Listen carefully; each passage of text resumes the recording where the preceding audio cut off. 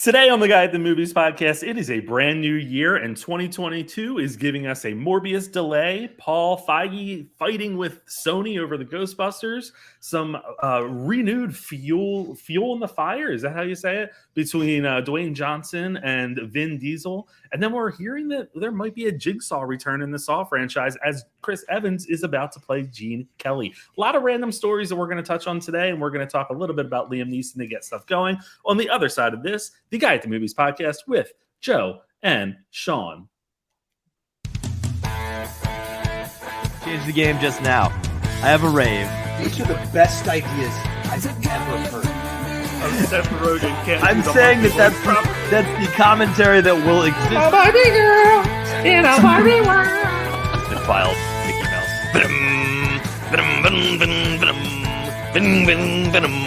Oh my god!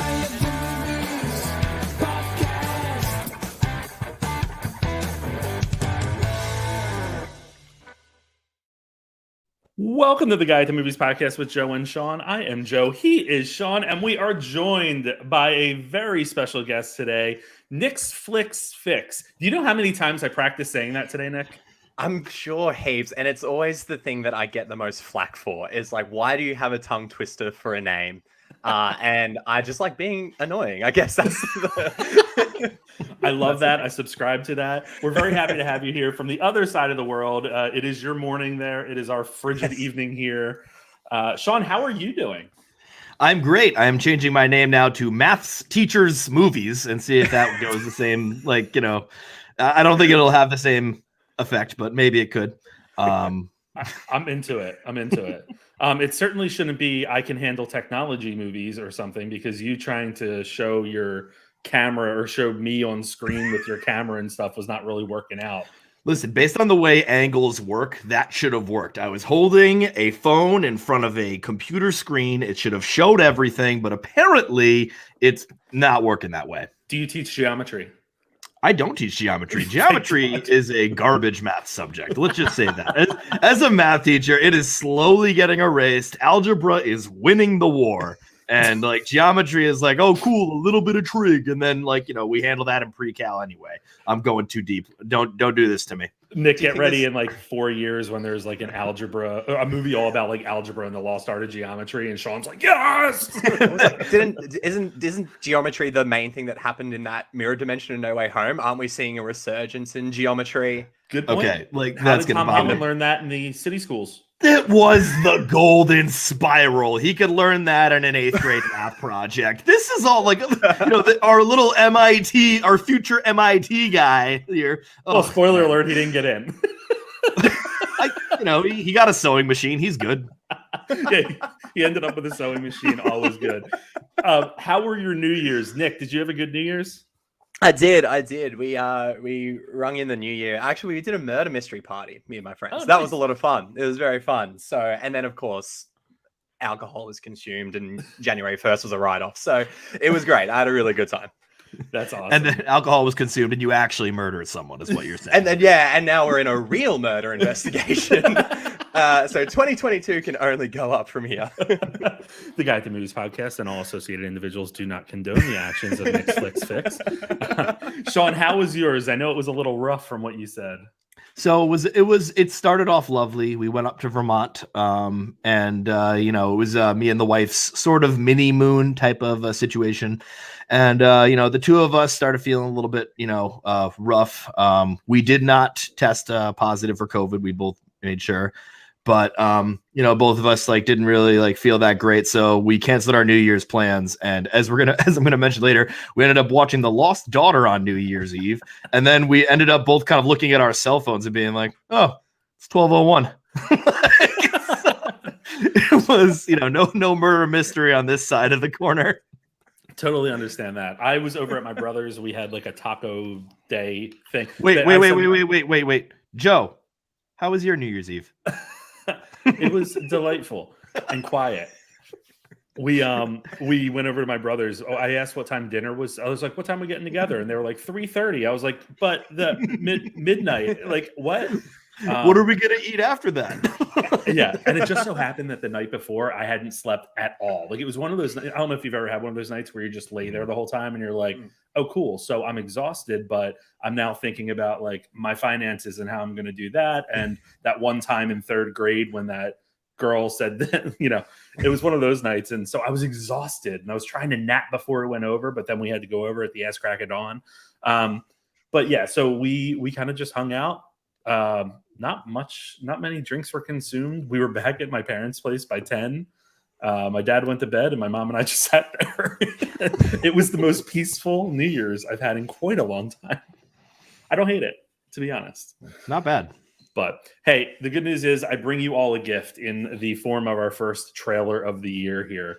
It originally was going to be the Ice Age adventure of Buck Wild or something? Yeah, a Buck Wild. They just mixed that up. They're just truly like doing like word salads of titles now. And I really think they changed that name at some point. Like it was always like Adventures of Buck Wild, but now it's like all flip. I don't know, whatever. Anyway, Briarcliff Entertainment shared a new trailer with the one, the only Liam Neeson today. And it is time that we bless our 2022 the proper way with Liam Neeson's new movie, Blacklight. Briarcliff Entertainment sounds like a shell that you're just like funneling money through. That's not a real company. Like, how does Liam Neeson get all these movies? Through Briarcliff Entertainment. That's not real. It's not real. All right. Well, here we go. Let's watch and we shall enjoy this wonderful film.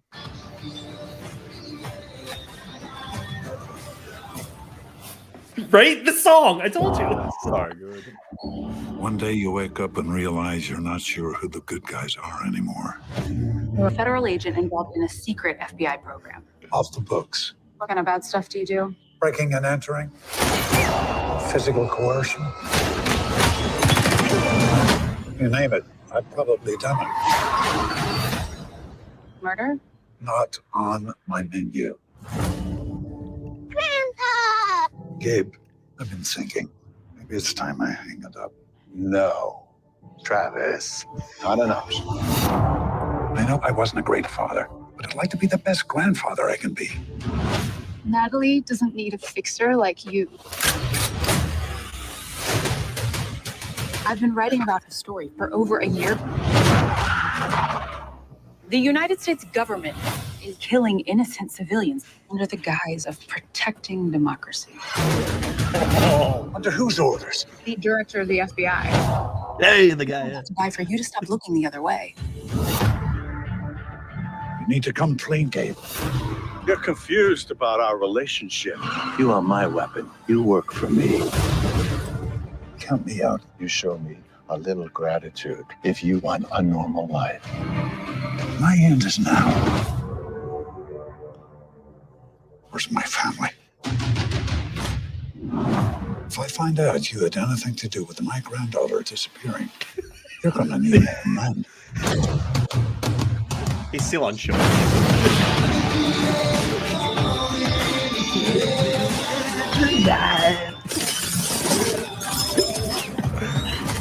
You'll be finished before the day is over.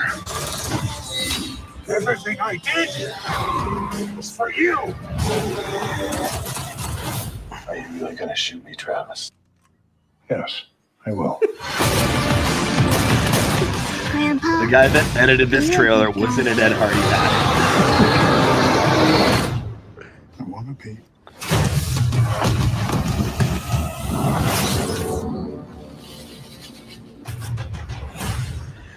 All right. I have to say I'm slightly more intrigued than I thought I would be. Oh, What's God, the yeah. blacklight? Like, what's the blacklight? That's the one thing. There's no blacklight involved. Like, we thought it was going to be a very awkward scene in a hotel room where he has to try to find solve clues through a blacklight, but apparently not. Well, I'm kind of upset there wasn't a shot of a motel room and him going around sort of going, ooh. Here's the synopsis. Oh, I think we got it. Blacklight's not mentioned until at the very end. It says, now his name is Block, by the way, Travis Block. Now Block needs to rescue the people he loves and expose the truth for a shot at redemption. Nothing and no one is safe when secrets are hidden in blacklight. Oh, shut up. That was in one word. Are you kidding? Yes. There's a black light, which is a one-word thing, and that was what was shown in the title. And then it's like in that situation is black light, and I think that like They going, capitalized it too. yeah.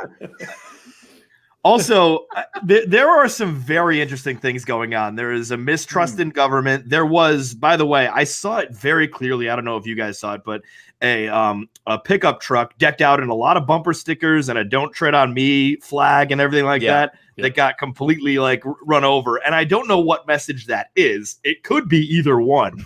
Like, I don't know where this goes. You'll have to find out on February 11, 2022 in American theaters. Oh, wait, good. It's Valentine's Day. There we go. Perfect for this. They didn't put, it's going up against Marry Me. And then the law, remember I was saying the Lost City was the one they should have put this weekend, but they're like, no, Blacklight's going to be there. Liam Neeson. But actually, Liam Neeson probably draws older couples. Like my parents would love Liam Neeson. Draw people. Liam Neeson will draw people to the theater. This is going to make like a decent amount of, they'll make maybe their money back. Like, maybe. But I look at this. The movie. Sorry. I was gonna say, it's the movie for the Chad on the date night who's like, hey, babe, let's go to the movies. Liam Neeson's got a movie out. And then he thinks it's a romantic date night. That's too blacklight. And that's exactly how it's going to make its money. Yeah. Hey, listen, like I said, I'm more intrigued than I have been with other Liam Neeson movies in recent memory. Anytime you throw like a political vibe in it where it's like the government's working against you, I'm like, yes, let's do it. I love those movies. So I don't know. You still get the stupid lines of like, you're not going to shoot me, are you? Yes, I am. It seems like there's elements from all his past movies in there, like kidnapped daughter from Taken, and then like Unknown. There's a sort of like the government plot. Like this is just like almost like the Liam Neeson Avengers, sort of like all his movies accumulating into one. I do enjoy the truck. They set up for like a minute and a half of like, oh, it's probably this guy from the FBI that's going to be the bad guy. Then his family goes missing, and he's like, if I find out you had something to do with this, like, who else was it? It's him. Let me shine my black light on you just in case you're innocent. If there's a point in this movie where he's like this with a black light for like 5 minutes trying to find a code or something, all about it. Maybe the granddaughter wrote in like something on the wall, and the only way he finds it is with black light. If not, that's a good sequel. Anyway. All right, let's talk about something different here and jump into something that premiered last week. I believe we all watched the first episode. Nick, I didn't ask you. I probably should have. Yes? Okay, good. I watched it. Awesome. So the Book of Boba Fett debuted last week, and I was bored shitless. I just got to tell you, but you finally get the explanation of how he escaped when the sand thing, and it was Sarlacc pit. Not as remarkable as I thought it would be. It was kind of like flamethrower. He's in there for like 2 minutes, and you're like, oh, okay, cool. Yeah. Wait, and what's the man? I'm really showing my lack of Star Wars knowledge here, but that giant, the who said the Jabberwockies? Is that the dance group? The Jawas? The Jawas are the little dudes. They're getting a lot of play in these series. Oh yeah. Well, they're junk traders, man. They're always around all the deserts. Nick, start us off. What did you think of the episode? When I opened Disney Plus and I saw it was like 37 minutes, I immediately went, oh, okay, this is going to be like what an opening scene should be to the whole series. And that's kind of what we got, I guess. The funniest reaction I saw, I can't remember who tweeted about it, but they wrote the brochure of Boba Fett.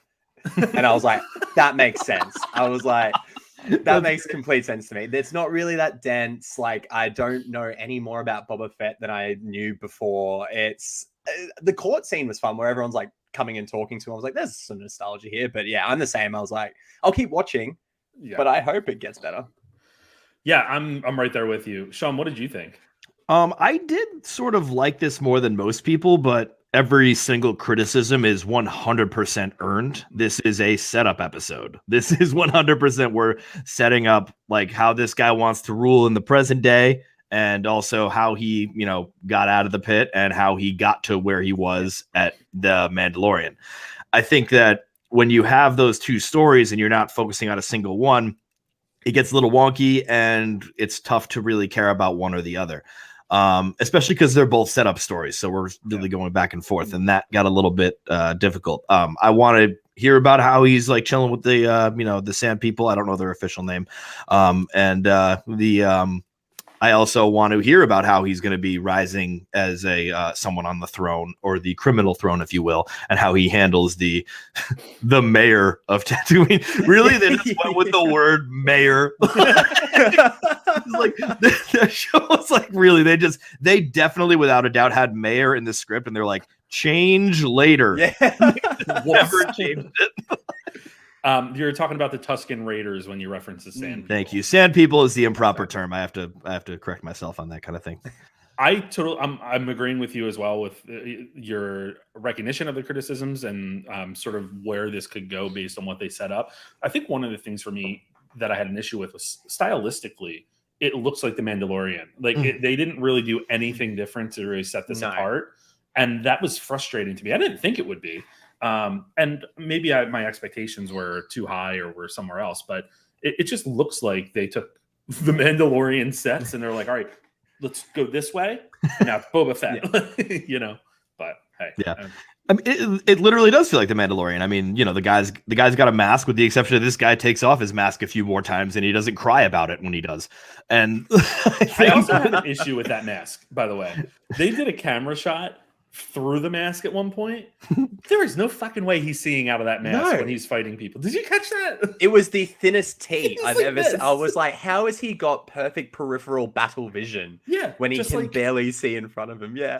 It's like half of his eye. Stupid. All right. Well, moving on.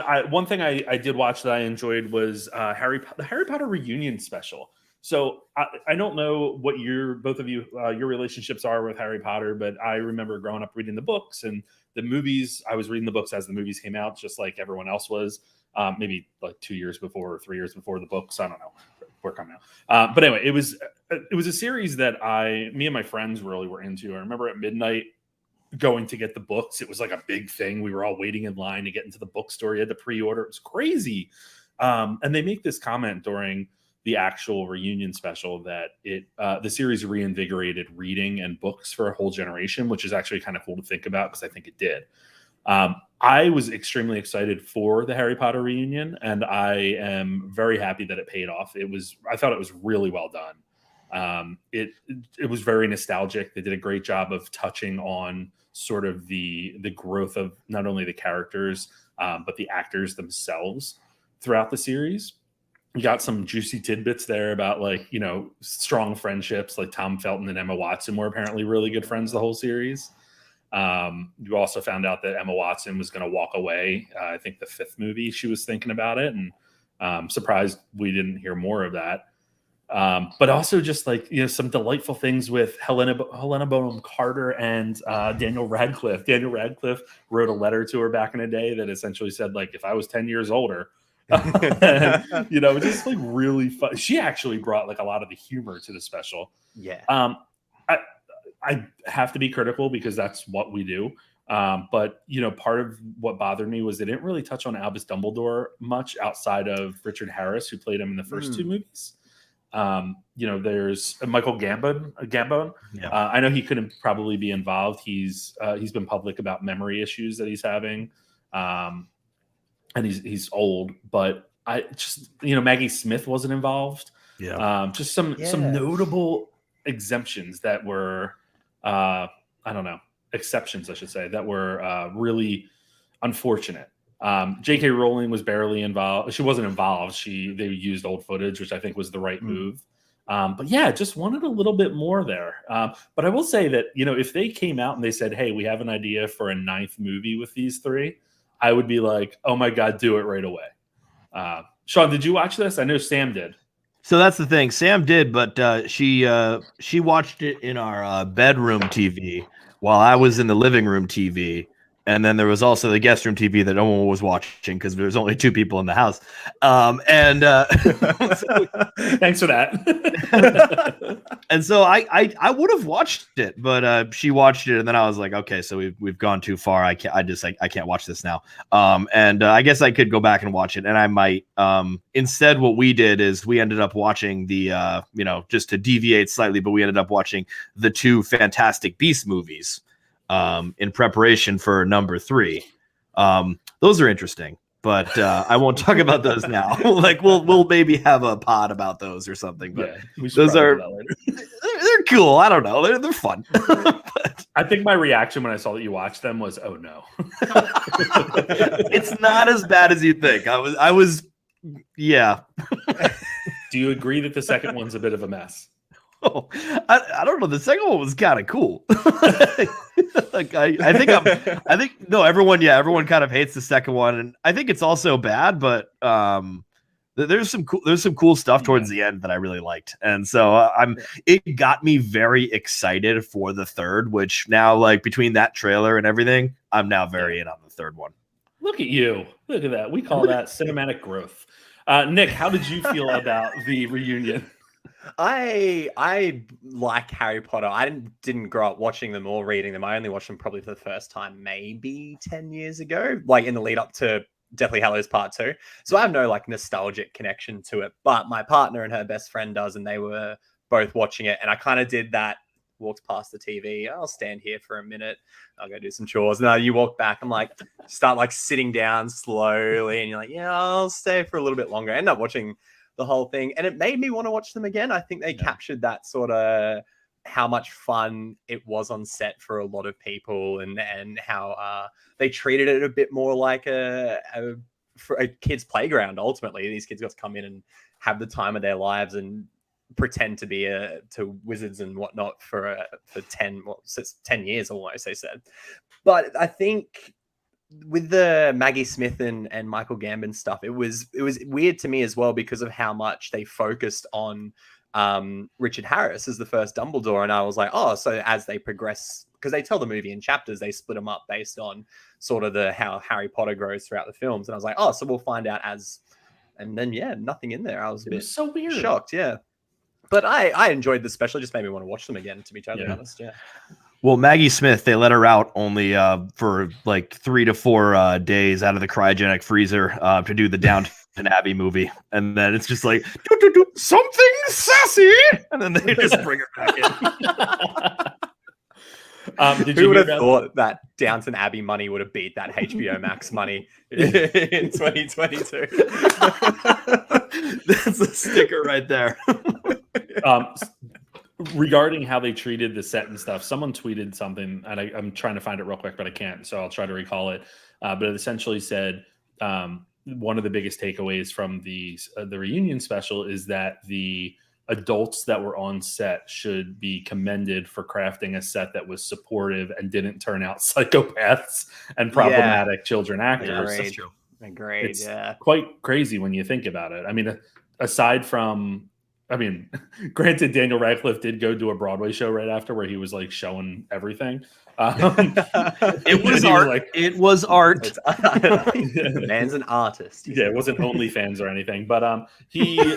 That's next. That's next on the cards. Yeah. And aside from, was it Crab or Goyle, the one that was like caught selling weed during the Crab? Series? Yeah, there was. It was not. Yeah. But if that's the worst thing you were caught doing as a kid on the set of Harry Potter, you've turned out all right. Right, absolutely. I think I went to school with 6 kids who were selling weed, so they're doing all right. I think I went to school with 6 kids that weren't selling weed. Disney is shaking in their boots because all their old child stars turned out messes. Did you hear about the mistake in the documentary or in the special? I did, yeah. The Emma Roberts photo. Yeah. So instead of a young picture of Emma Watson, they showed a picture of Emma Roberts. And here it is. But that's actually Emma Roberts. Look at this. That's amazing. Guys, help me. That's literally Emma Roberts. So that was kind of crazy. Sean, you have had quite the, I would say, downer of movies that you've been watching. unless you're about to tell me that you love this one movie that I didn't care for. But go ahead. What have you been watching? Well, so let's first get the downer out of the way, and then the other one is only a kind of downer. We'll talk. But with me, The Lost Daughter was one that it's starting to grade me as critics, and critics just start to love it more and more, because then I'm like, what am I missing? What am I missing? But this movie, The Lost Daughter, first of all, let me just say, Maggie Gyllenhaal, amazing director, amazing debut with her direction. Really excited to see what she does next. Creates a really cool thriller that really did excite me in the beginning. But then this message just turns kind of awful, and parenting is terrible, and it's redeemable if you want to leave your kids. Now, I've heard other takes that this is specifically for motherhood. And as someone who is currently not and never going to be taking on that role, okay, so maybe I, should not be looking at it that way, and maybe I should be looking at it a little bit less general. But it does bother me that, by the end of this, the problems I have with, first of all, the ambiguity of it all, which is just like, it feels like this film just dives off a cliff. But the ambiguity of it all. And then also just the fact that the morality of the main character and really the other characters in it just doesn't really feel right at all. And I'm sort of left spinning by the end of it. And I really just felt left in the lurch for The Lost Daughter. So that was one that really did disappoint me. But once again, visually looks great. Gyllenhaal, amazing. Oh, also, I didn't even say Olivia Colman. Oh, let's just when do we stop saying Olivia Colman is a spectacular actress and just accept that we'll just call it Olivia Colman? Olivia Colman did Olivia Colman. Spectacular actress again. We're done. Because it just always is there. And especially in this, it's unbelievable. This might be one of her best. Oh, it's so good. Can I, Nick, have you seen this movie? Yes, I have. Yeah. Okay. So, spoiler for those listening. So, if you don't want to spoiler, 5, 4, 3, 2, 1. When she steals that doll, that was when I was like, "What are we doing here?" That's when I was in. I was like, "This movie's awesome." Sean, I don't know if you remember, we talked about this. I think maybe I messaged you about it, or I said at one point that maybe I said it in the review. Something happens at one point that really rubbed me the wrong way, and I was like, I'm not going to say it because it's a spoiler. It's that was just so odd to me. But I do agree with what you're saying that other people are saying. I do think that it is the movie probably is received differently from those who have struggled with, especially young motherhood. That was kind of fascinating. Hit us with your other one. All right, so this one, here we go, because it's starting to grow on me as I go. Licorice Pizza. Let's just say, Joe, I know you were not a fan of this movie, and I understand your dislike, and I do. I truly do. I am also more of a PTA loyalist. However, my loyalism was questioned with this movie. Parent-teacher association? Yes. Actually, wait, definitely not. Paul Thomas Anderson, for those at home. And I truly, truly love Paul Thomas Anderson movies. This one put me to a test that was very strange. When he tries to do straight up comedy like this, it gets a little bit weird. It gets a little bit meandering. This did not have a 3-act structure. This was going by a slice of lifestyle. And therefore, by the end, I'm like, okay, come on. Safdie's in there now? What is going on? Now we've got a Safdie in here. Now a Safdie. And then I'm like, all right, there's more and more of this. And, it was a fine 2-hour movie. But it felt long because what it kept on doing was it kept on introducing these new, smaller stories and these smaller adventures, which were so much fun, which were a blast, which had me laughing. And yet it's like, almost make this like a 10-episode Netflix series or something where you go through these adventures. I will also say, just like the last one, Maggie Gyllenhaal made a beautiful movie. Paul Thomas Anderson, beautiful movie. Oh, yeah. I mean, the one shot of the gas line to David Bowie's Life on Mars is just like something that's really great. And, there's nostalgia, not that I had to suffer through the gas crisis, but there's a nostalgia of not having a car. There's a nostalgia of walking everywhere, biking anywhere, having a friend that's driving you everywhere. This sort of rung true with Linklater, with Dazed and Confused. And there were like those elements that were there. I don't know what my rating is for this one yet. I had it at a C, and the more I thought about it, the more I thought, boy, I kind of like this a little bit more. It's a B. I do promise it'll probably never be an A, just because it really does have those imperfections that bother me. But there's some cool stuff here. It's an interesting PTA film, without a doubt. How you feeling? You okay? I was so bored. Nick, what did you think of Licorice Pizza? I really liked it. It was number 20 in my top 20 of the year. I see. It's funny because when you were just saying, Sean, about there not really being a narrative structure, how it's a bunch of events, I kind of praised the movie for that. I was like, I think out of any director, Paul Thomas Anderson can probably get away with that because he makes those events so interesting. But weirdly enough, and I always get called out for being, hypocritical on these things. I critiqued French Dispatch for doing the exact same thing. Yeah. And I didn't like French Dispatch as much. I didn't hate French Dispatch, but when I think about it, that's a movie that's strung a whole lot of events together in a non-narrative form. And that's kind of exactly what Licorice Pizza is. I think Licorice Pizza gives you more time to get to know the characters. I think Alana Haim gave like the best debut performance I've seen in a long time. And then Cooper Hoffman, there was so many shots that I was just watching. I was like, that is a young Philip Seymour Hoffman. Like that, to me, I think I was lost in that a little bit, which definitely may have affected the rating. But, if that's the intention of the movie, that's how it wants to make me feel, then it won. It manipulated me. Can I tell you that sports radio in the Philadelphia area was talking about Licorice Pizza for some reason? And someone...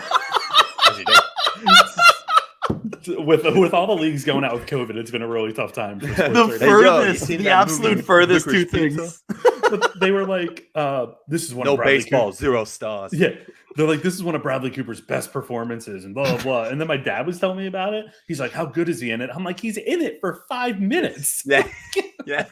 So I'll tell you this, you'll love this. I genuinely thought Licorice Pizza was ending. I thought it was like the final thing and it was the credits were happening. And then all of a sudden I see the white suit and I'm like, oh yeah, we haven't even seen Cooper yet. I realized, I was like, oh wait, that's a problem with this movie. That might be an issue with this.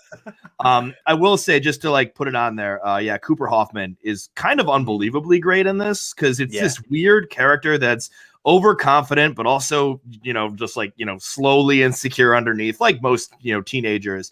But you see this well-timed comedy with him that I've never even seen with Philip Seymour Hoffman.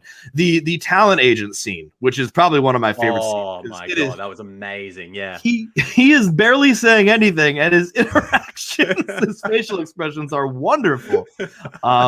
It's truly great. Alana Haim is also great. I will say there is a bit of a narrative structure in here now that I think about it. And but it just meanders. Like it is just these two sort of finding each other. Him always being a hustler at this one place, which I think has like a permanent sign that says Big Daddy's, so they have to call it Big Daddy's Pinball or Big Daddy's which is great.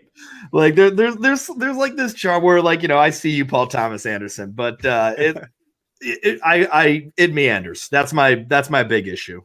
I recently saw, I can't remember who did it. It might have been a YouTube video, but it's sort of Paul Thomas Anderson's progression of his career at the moment and how even with things like Phantom Thread as a bit of a darker comedy, he's sort of going into a bit more of a, I guess, later stage of life sort of, and I see it, but I'm not against more movies like this, but I think I'd like to see some traditional PTA again soon, some Boogie Nights, some Magnolia. He looks like a serial killer.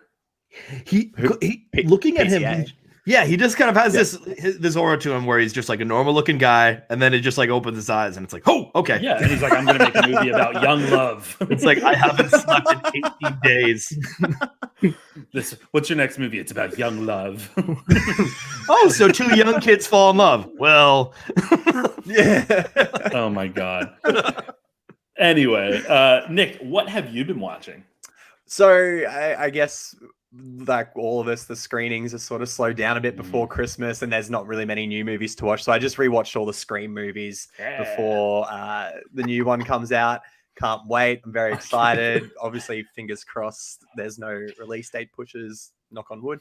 But apart from that, 2022 stuff I've been watching was Cobra Kai.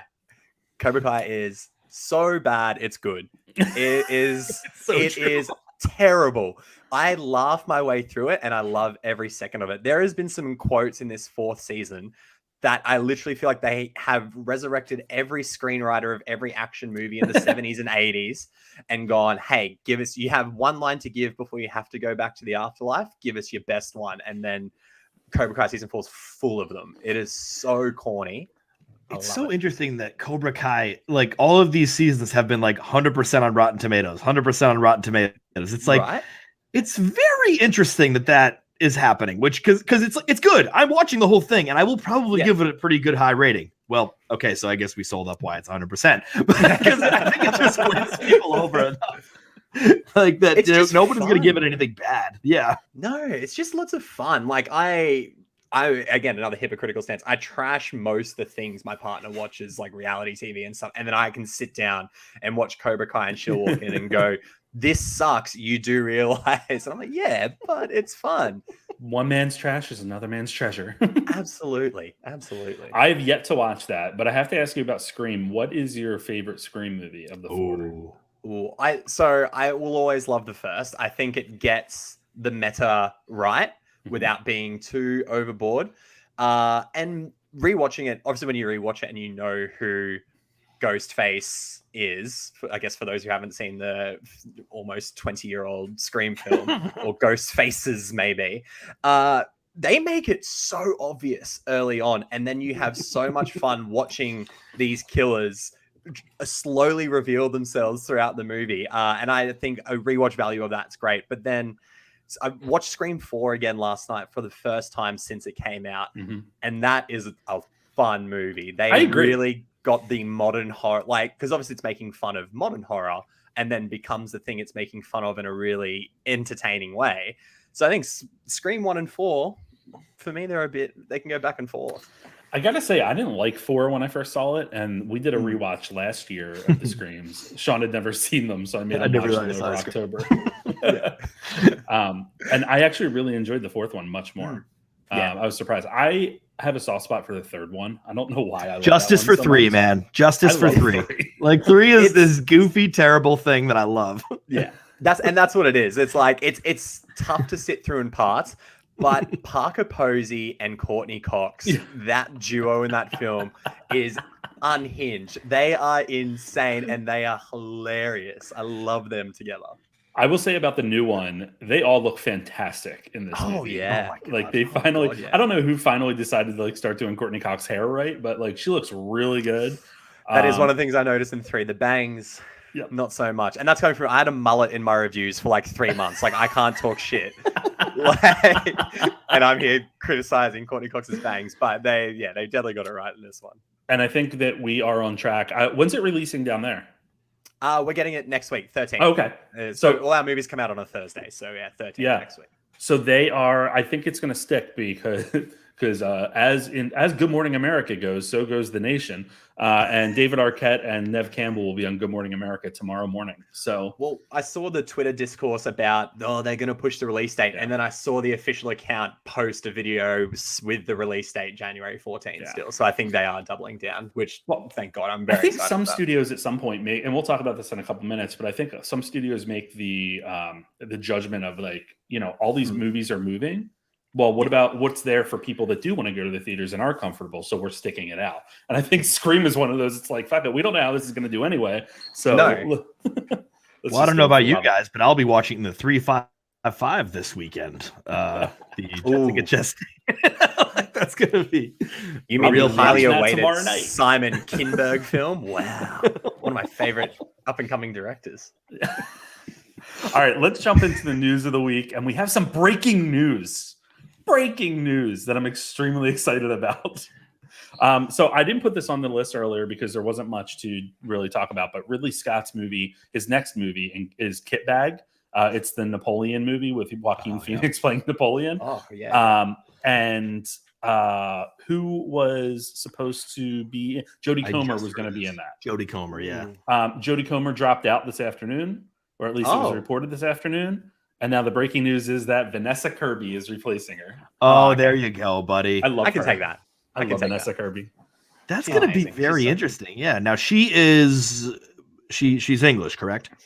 Yes. Yeah, I believe so. I just yeah. assume they're English until they're not, because that seems to be Because if they're doing great American accents, if they're great American actresses, most likely they're English as well. We need to put like an embargo there or something. You're giving us too many. But I mean, that's just great. Like, that's truly like wonderful. I'm looking forward to it. She's coming off an Oscar nomination for her gut-wrenching performance in Pieces of a Woman. Oh man. Yeah, true. Love that movie. All right, so let's get into our actual outline and what we were planning on talking about. And this goes well with the conversation we were just having about Scream. So Morbius is a movie, apparently. I don't believe it exists. It's not. It is now in line with The New Mutants. It has been moved 7 times. It was supposed to come out in June or July of 2020. And anyway, it was just moved to April 1st. There's a lot of discussion about why. The first thought was that it was moved because of Omicron and the caseload in America really shooting up. Then everyone started saying they're totally adding Andrew Garfield into this movie, right? They're going to throw some scenes in with him and blah, blah, blah. But then Deadline's story actually made a lot more grounded sense, which, good for them. That's why I read them more than anyone else. But Deadline said that part of it is because Spider-Man is still doing so well at the box office. They don't want to kind of, eat themselves by putting another movie in there and draw away from it, which completely makes sense. But is this a movie, Nick, that you're excited about? No, just start with, is this a movie, first of all? Yeah. Number one, is this a real movie?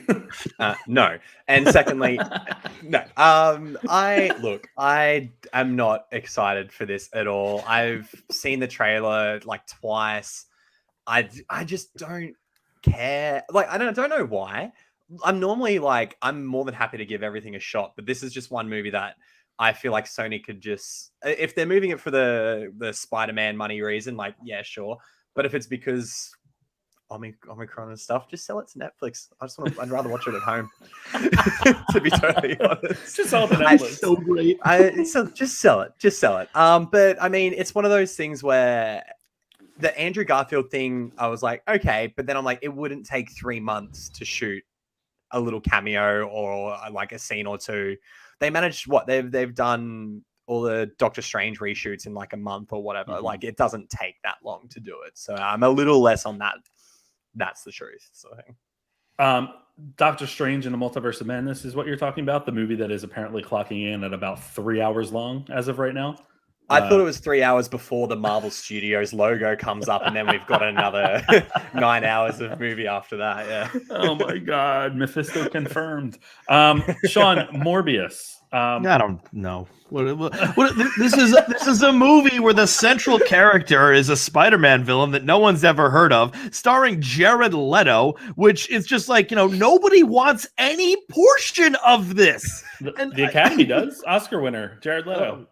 Oh God, and probably nominee. I just look at this and I say that this is getting delayed. My conspiracy theory of this getting delayed is they keep on delaying it so that it keeps on making headlines, and so therefore, it's starting to build, some some real excitement, and then some people will go to see it. Finally, we're going to be able to see Morbius, and they'll leave a half an hour in. But that's 1/3 of the movie. It's only an hour and a half. Actually, then you know what? This is now my most anticipated film. 90-minute film. Best picture of the year. Props to Sony. An hour and a half of Venom, Let There Be Carnage. And I didn't like that movie either, but I was like, I'm so glad it's only 90 minutes. Give me 90 minutes of Morbius. Even I know Spidey was 2.5 hours, but it was a fast 2.5 hours. Mm-hmm. Sony have got it down. Make more 90-minute movies, superhero movies at least. I'm with you there. I will say that the last time there was a character or a Sony Spider-Man character that I wasn't interested in or didn't really care too much about, and then the movie ended up being a blast, was the first Venom for me. Oh, yeah. So I am hoping that this goes that way. I actually enjoy the trailer, and I just don't know. Maybe that's because they've been showing it to us for 1.5 years, and I've watched it like 35 times. You've been that I have to love it. Down by it. Slightly different Michael Keaton cadence of the voice. Hey, Doc, maybe we should work together. Yeah. But hey, a movie that I don't really care about, sometimes they're the best ones to go see because That's true. whatever happens, happens. Yeah. You kind of let your inhibitions go a little bit and you can have a lot more fun with it. Yeah. So hopefully that's Morbius. With you there. I just don't have a lot of confidence in that actually happening. All right. So the next story here is that you may remember a little movie called Ghostbusters Afterlife that came out this past year. And it is going to be heading to an 8-disc ultimate box set that's being released here in the US in February, I believe. I'm not accounting for the 8 discs, but I will tell you what's missing from them. So essentially, here's what's going on with that. It's going to have all the movies, a lot of behind the scenes stuff, I think an original cut of the first film, a lot of random stuff, of course, as people who love Ghostbusters will probably flock to the stores to get it. But one thing it will not have is 2016's Ghostbusters on disc. And Paul Feig is a little ticked about it, which, spoiler, I kind of agree with. So regardless of how you felt about the 2016 version, which I actually had fun with, I think people had like shit on it for so long, and I hadn't seen it. And then when I finally did, I was like, oh, whatever. Like, it's not great. It's not terrible. I had fun. But Paul Feig tweeted at Sony Pictures, which is the preferred method of communication today, and said, I know this must be a mistake. We do have lots of fans, and Bill, Dan, Ernie were in it, and it won the Kids' Choice Award for Best Feature Film the year it came out. So I guess this was just an oversight. And Sony has since reportedly made the decision to include a digital version of the movie. Like a little tag on the back. That's worse. Yeah. But Sean, what are your thoughts with this? Like, even if, I mean, it was a critically panned movie for the most part, but it's still a movie in the Ghostbusters realm, right? I will confess I did not see this movie when it came out. It was not due to protest like some. It was due to just complete lack of interest, and it just came and went, and then all of a sudden it was gone out of theaters, and I couldn't handle it anymore. I think that it's ridiculous. This is not in the box set though. It's a Ghostbusters movie. It has the original cast of Ghostbusters, just like you said, and then of course Feig's being funny with the Kids' Choice Award thing, or maybe he's not. I don't know. That seems like a little Feig comment at the end, like just being a smart ass. But I look at this and, I don't understand what this is. Like, because, I guess it's overt sexism. Like, I guess that's what we just call it. I don't like doing that. I don't like playing that game, but what the hell else could this be where Afterlife is on it, where, they're on this for the same amount of screen time. It doesn't really make any sense that this is on a box set. You're putting another DVD in a box set. It has those cast members in it. They're not the main characters, but they're not the main characters in Afterlife. And so this really doesn't make any sense. Once again, haven't seen it, but regardless of quality, it could be shit. I mean, there's the 9 films of the Star Wars that are in DVD box sets. I think. I don't know. Maybe DVDs don't exist anymore. But there's 9 there, and they put all 9 in, and some of those movies are really bad. And who cares? Because it's the 9 movies that are involved in the story. Now, it's not like there's a Ghostbusters mythos of a story where if I miss the 2016 one, I won't understand what's happening. But still, those are the characters that are involved. They're still there. They're still involved. It seems like this is just dumb optics. And it's funny that Feig tweeted Sony. He could have just emailed them, and that email would have gotten leaked, and that would have been fine. North Korea's like, we got another one. Juicy news here. I totally agree with that. I think that one of the things that drives me a little crazy here is that you're only hurting yourselves, because it does have fans. That movie has fans. And, clearly, especially the Kids' Choice Awards are actually kind of a big deal, because think about how many stars go there. It's Nickelodeon. Nickelodeon's the premier kids network or at least that age group that this movie is appropriate for. But you're only hurting yourself by not including it, because you may have lost out on sales that you otherwise would have gotten. So stupid. But Nick, what are your thoughts on this? To go off what Sean was saying about whether the movie's shit or not, controversial opinion. To me, Ghostbusters 2 is shit. So don't include that one on there either. So you know what I mean? If that's the reason they're it didn't do so well, it's well, yeah, okay, get rid of Ghostbusters 2 from there, because that is not a good movie. But I'm similar to you, Joe. The trailer for Ghostbusters 2016, I remember sitting in a packed theater watching that trailer, and no one laughed. And I was like, oh, okay, this could be a train wreck of a movie. and it was kind of fun. Like I didn't love it by any means. It's not my favorite Ghostbusters movie. It's not my favorite comedy, but it's a Paul Feig comedy. He rarely misses. He's a pretty damn good director. And it was the same sort of style of Ghostbusters humor that it's just like, it's okay for kids, but leans a little bit towards that older demographic. So it was a lot of fun to have for an older than a child audience. But at the same time, I can't really add anything else. It's in the universe. It's in the Ghostbusters universe. It was a reasonably successful film. It wasn't the biggest box office bomb that it potentially could have been. And there's enough fans out there who will buy that box set based on the fact that that movie's in there 100%. And if it's a digital code on the back, like that's bad.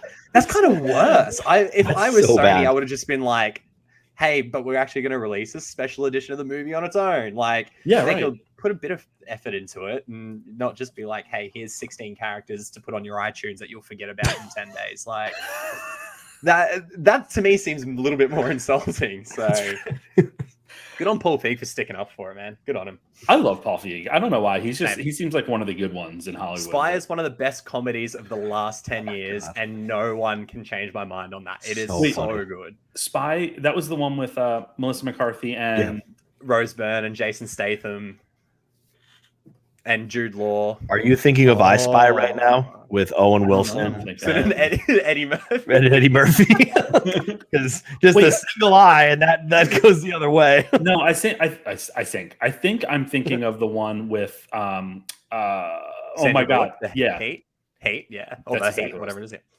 No, Spy is easily one of the best comedy movies of the last 10 years. I don't think I ever saw it. You'll love it. You'll love it. Okay, I will watch you'll that. Love it, yeah. I will watch that before next week. Sean, your homework is you have to watch 2016 Ghostbusters by next week. Okay. I see some of the things you watch. It's like someone really wins here and someone kind of loses a little bit. I got to dig my way through that Criterion channel, baby. Oh my god. Quick aside here. I guess the Peacemaker embargo lifted, and the first headline I saw is Peacemaker review: the Suicide Squad spinoff may be James Gunn's vulgar and violent masterpiece. I can't wait. I did not expect that. I didn't either. But I will tell you that the most recent trailer they released on New Year's was hilarious. Okay. Absolutely hilarious. Oh, okay. I'm excited. All right, let's move on. So I don't know if you guys have heard of this series called Fast and Furious. That's on Criterion Channel, isn't it? It's on Criterion Channel. Yeah. All 9. Yeah. Grease lightning. It is.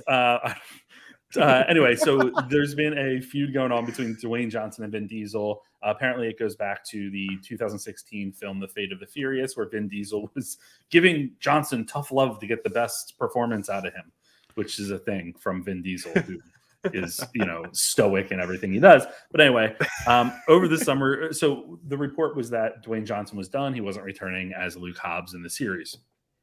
Diesel took to social media over the summer to plead with Johnson to return. Part of what he said was, I say this out of love, but you must show up. Do not leave the franchise idle. You have a very important role to play. Hobbs can't be played by no other. I hope that you rise to the occasion and fulfill your destiny. That last line, I was like, that's not the way to go, brother. Like, that's rise to the occasion. Long story short. Fulfill your destiny. Yeah. A little bit dramatic. Dwayne Johnson was talking to CNN, as he does, and he said he was firm yet cordial with his words and told Johnson over the summer, or when they spoke in person, that, quote, I would always be supportive of the cast and always root for the franchise to be successful, but that there was no chance I would return. Part of the other thing he took issue with was that there was reference to Paul Walker, the late Paul Walker, as well as Diesel's own children. And Johnson said that was manipulative, which Dwayne Johnson's like, no, I'm not going to deal with that manipulative baby. And I love that. But anyway, that apparently they're doing a 2-part finale, like the 10th and 11th films are going to be a 2-part finale. But Nick, is this one that you will be, trying to get those early screeners for because you're so excited for the franchise? Or I don't know if you were on my Twitter the last 2 days, but I've been publicly campaigning for Roland Emmerich's Moonfall. I did see that. very much, very heavily campaigning. Because every time you would send me a message, Nick, I was like, who is this Roland Emmerich's Moonfall account? Why am I getting messages from There's this weird fan account for Moonfall trying to get into my DMs. But it's been a very successful campaign. I've had both the official Moonfall account and Roland Emmerich be retweeting and liking and whatnot. And I plan on doing the same for Fast and Furious 10 Part 1 next year. Look, I love the Fast and Furious movies. I was probably like one of 6 people in the world who actually enjoyed Fast and Furious 9 for how awful it was. Yeah. The fact that they went to space was, I literally was like a kid in the theater. I was 2 seconds away from like clapping my hands like an annoying cinema goer.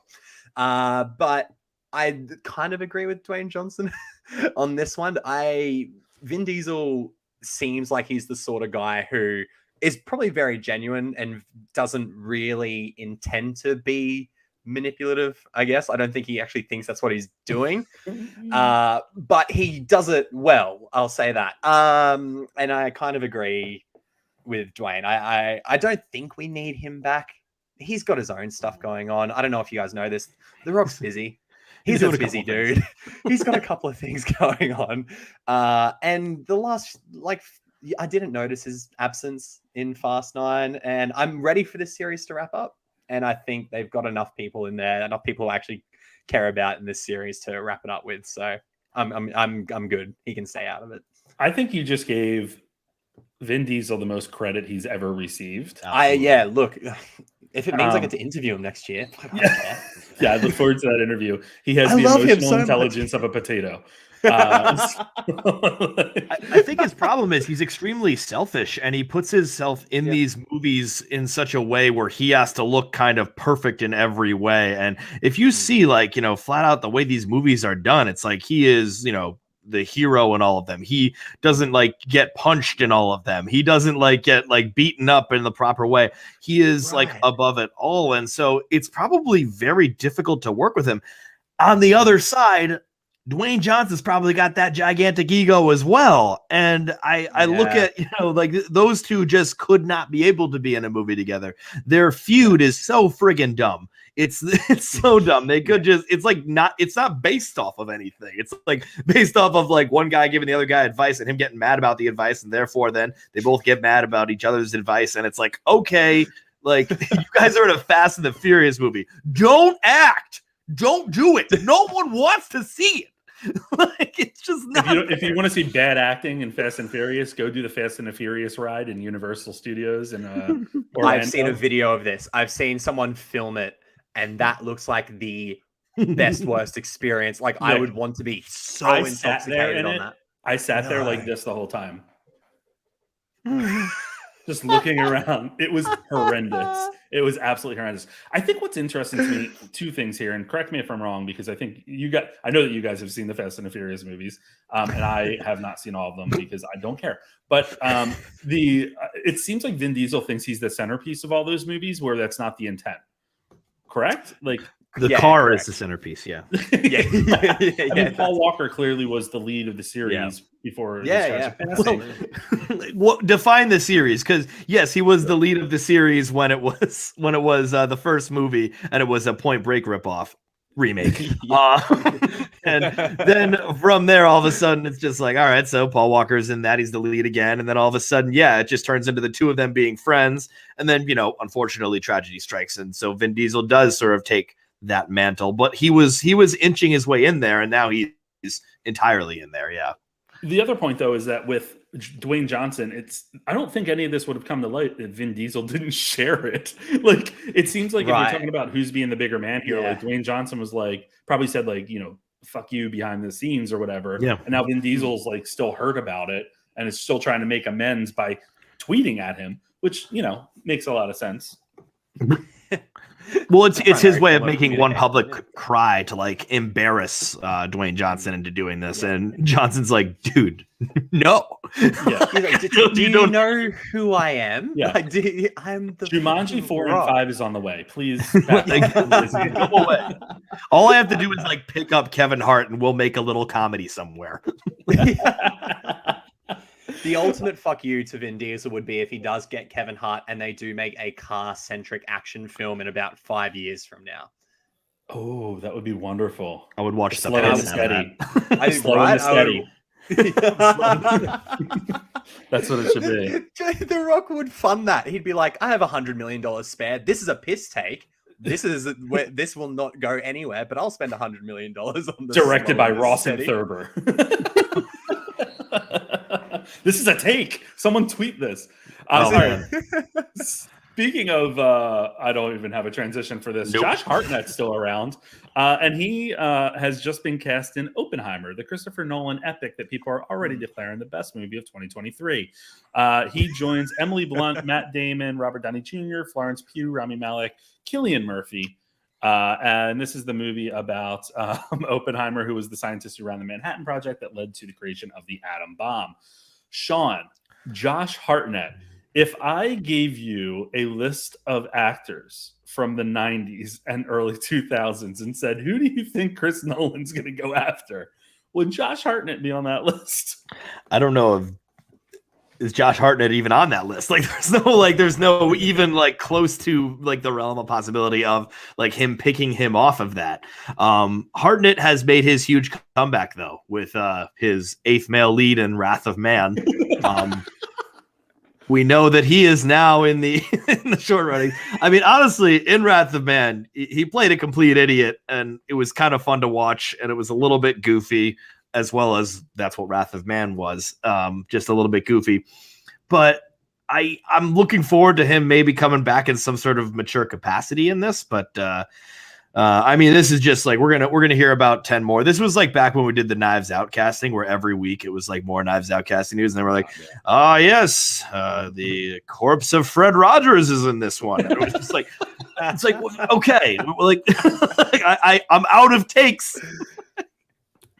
Yeah. What about you, Nick? What are your thoughts on Josh Hartnett being the lead? The biggest thing I take away from this is me thinking that Christopher Nolan has watched Wrath of Man. And I kind of love that. Everything that Christopher Nolan would have watched in 2020, it was that dire for movies in 2020 that Chris Nolan's like, I'll watch Wrath of Man. And he's like, out of everyone in that movie, that Josh Hartnett, ooh, that real misogynistic character, Josh Hartnett.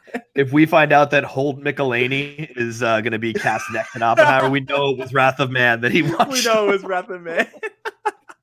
I mean, I don't really, Tenet burned me enough that I was like, okay, we'll just see what happens with with the Knives Out thing, casting news doesn't really excite me anymore unless it's like a lead in like a movie that I'm excited to see. Yeah.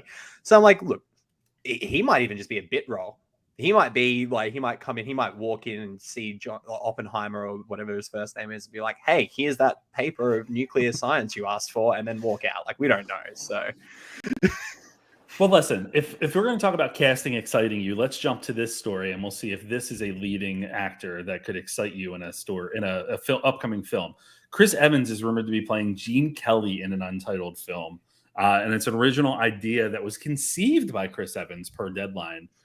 It's about a 12-year-old boy who works on the MGM lot in 1952 and begins to create an imagined friendship with the legendary movie star Kelly while working on his next film. Ryan Johnson is behind it as well.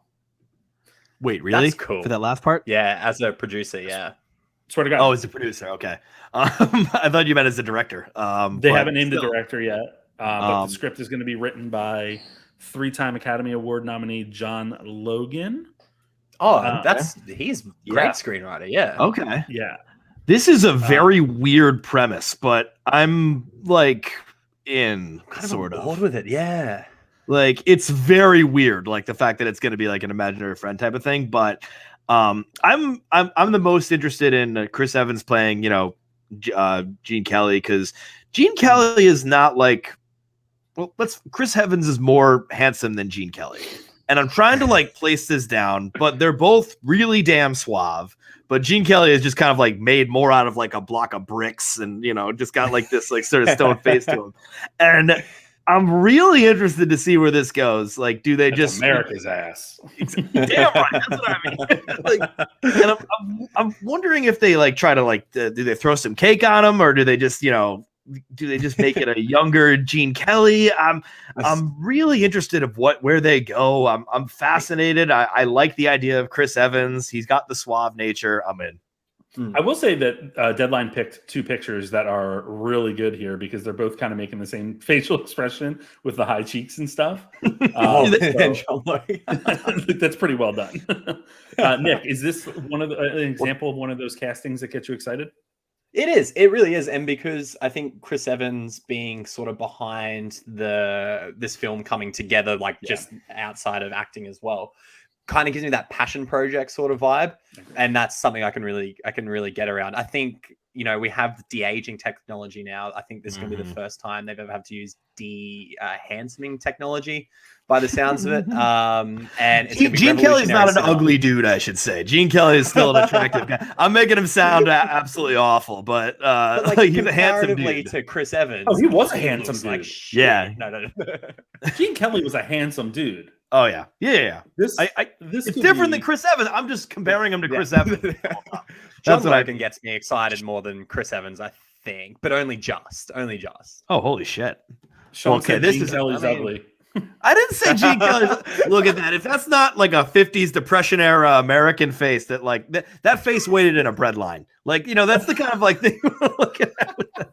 Chris Evans was fed baby food and formula until he was 25. Damn it. Like, I'm not going to take this anymore. I don't know where I'm going. I don't either. So we're just going to move on to our last story of the night. And this is that Tobin Bell, who originated the role of Jigsaw in the 84,043 Saw movies, is rumored to be coming back after sitting out the last two. Last one. Was he in the? Was he in Jigsaw? No, I couldn't remember. Spiral, but Jigsaw was the one before that. That was sort of like the eighth. It's a long story. He wasn't in Jigsaw, even though he's Jigsaw. He's not in Jigsaw, but he inspires Jigsaw because Jigsaw's set before Saw 1, which also takes place at the same time as Saw 2, but then Saw 3 kind of goes a little bit after that, taking place in the same time. Sorry, I can listen. This is a commitment. This series. What the hell is going on? I've seen the first one and the Chris Rock version, and now I want to go to bed. I enjoyed the Chris Rock one. So they're working on another one because the quote unquote torture porn movie that Saw is a popular concept, and the most recent one in 2021 did surprisingly well. Yeah. The rumor is that Tobin Bell is being eyed to return as John Kramer / Jigsaw in an upcoming movie. They had teased in the past that this would be called Saw X because it's the 10th film. Yeah. But essentially what they are planning, according to sources, and this is from the site One Take News, never heard of them, not knocking them, just haven't heard of them, but this is being cited in a lot of different stories. The sources are saying that the story will be told from John Kramer's point of view, as opposed to the following the trapped victims, and that it's planned to take place prior to Saw 3. Although they don't know that, they couldn't find out when specifically. Very interesting. He was teased a little bit ago where I guess I don't know if it was writers and a producer, or at least the writers for the next project of Saw were showing like the script that they were working on and said Tobin Bell fans will be really happy, or Jigsaw fans will be really happy. Right. So listen, I'm going to go to you, Nick, because you are the resident Saw fanatic. I very much enjoy the series, but I think you might take the cake on this one. What does this excite you that he could be coming back to the series that he made famous? This excites me. The casting news excites me. It's what the story could potentially be that I'm kind of a bit more excited about, because Saw has it is one of the lucky sort of franchises that no matter what it does, it can get away with it because it established how ridiculous it was early on. Like the twist in the first Saw movie, you go, oh, it's just been this guy dead on the ground the whole time who was the killer.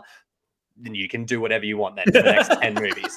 So the fact that we're going to be like, and let's not forget, for most of Saw 3 and 4 and 5, John Kramer's in a hospital bed. So if there's going to be some shenanigans happening where he wasn't always in the bed, sign me up. That to me is what I would get more excited about.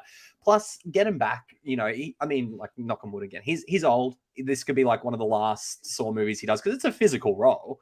He's got to run around and hit machines that slice people up. Like it's a very taxing sort of thing to do for an elderly gentleman. So I hope he has a stunt double. No, it's Tobin Bell. I think I would know. I think get him in. It's a good way. Spiral obviously sort of rejuvenated the franchise a bit, and then this is definitely could be a bit more of a way to, like they're doing, like Scream, for example, bringing everyone back. It's time to bring back an original character and sort of give the franchise a bit more juice. Yeah. I think I agree with you there. I'm interested to see what angle they take with it, just because I think that he has always been a fascinating character for the manipulation. I mean, we just talked about manipulation with Vin Diesel, but intentionally smart manipulation coming from Tobin Bell in his portrayal as Jigsaw. So I'm excited to see that. Sean, your thoughts on bringing back a character like this? I don't know. I mean, you guys explained to me the process of this whole movie series, and I just got a cavity listening. So, when when I think of something like this, I like the idea as someone who has seen like the first one and the most recent. I'm a little bit off on like what has happened since then.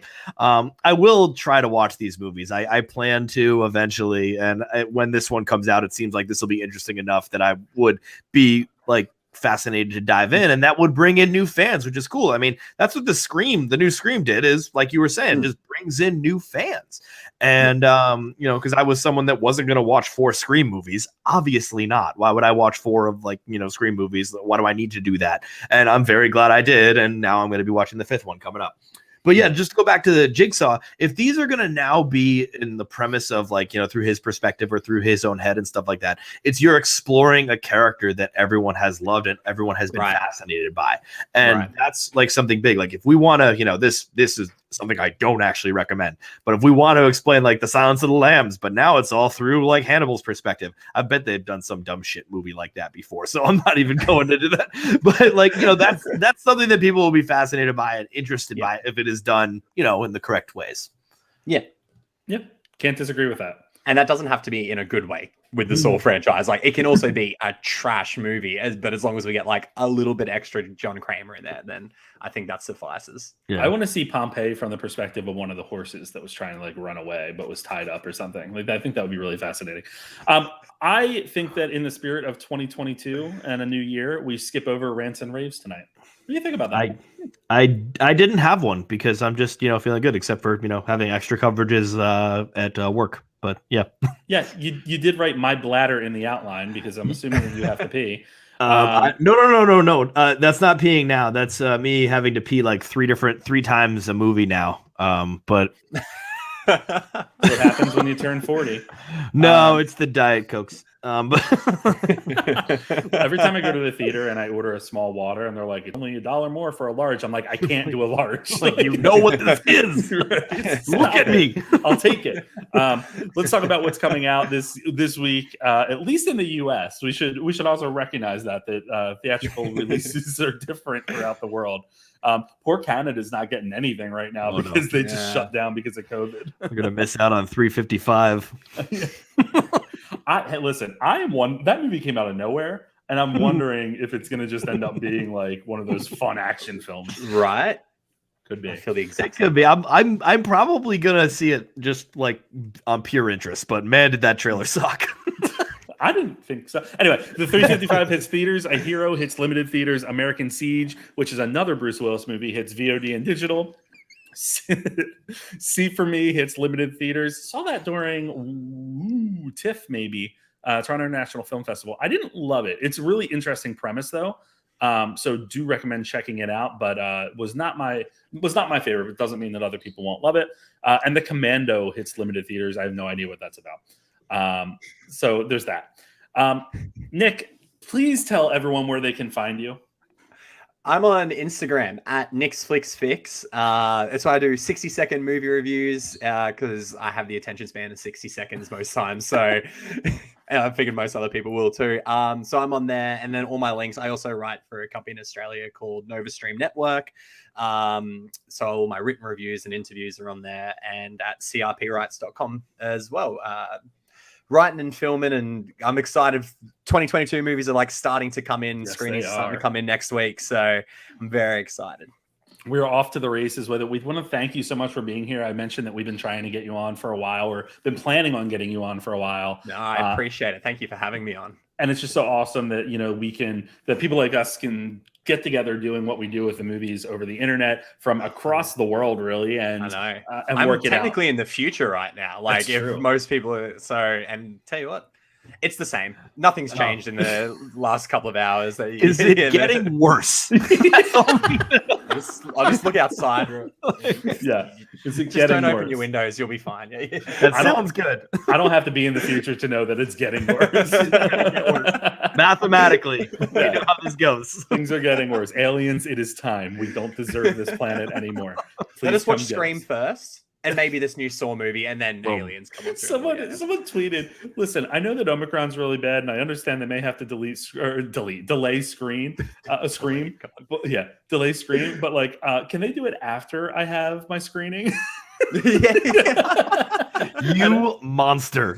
I didn't say that. Someone else said that. Oh, okay. I thought it was you. You monster. You apologize now. I Or wasn't just even listening, to be honest with you. Or just save it for next week. Nick, thanks again. Sean, see you later. And Thanks, we Nick. are out. Bye, Joe. Change the game just now. I have a rave. These are the best ideas I've ever heard. I'm saying that's the commentary that will exist. Barbie girl in a Barbie world. Defiled Mickey Mouse.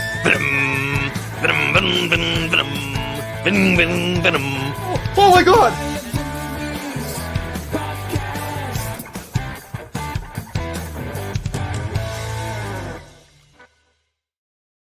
So for those of you still watching on the stream, I just hit the opening instead of the closing. So we're going to do some post-editing, but here's the closing. See you guys. As always, thanks for listening. You can follow both Joe and Sean on Instagram at Guy at the Movies and Math Teacher Movies. New episodes of the Guy at the Movies podcast with Joe and Sean are available every Wednesday morning, wherever you get your podcasts. Also, be on the lookout for special spoiler pods, where we dive deep into the latest film releases. If you like what you hear, be sure to like, comment, and subscribe. See you next time.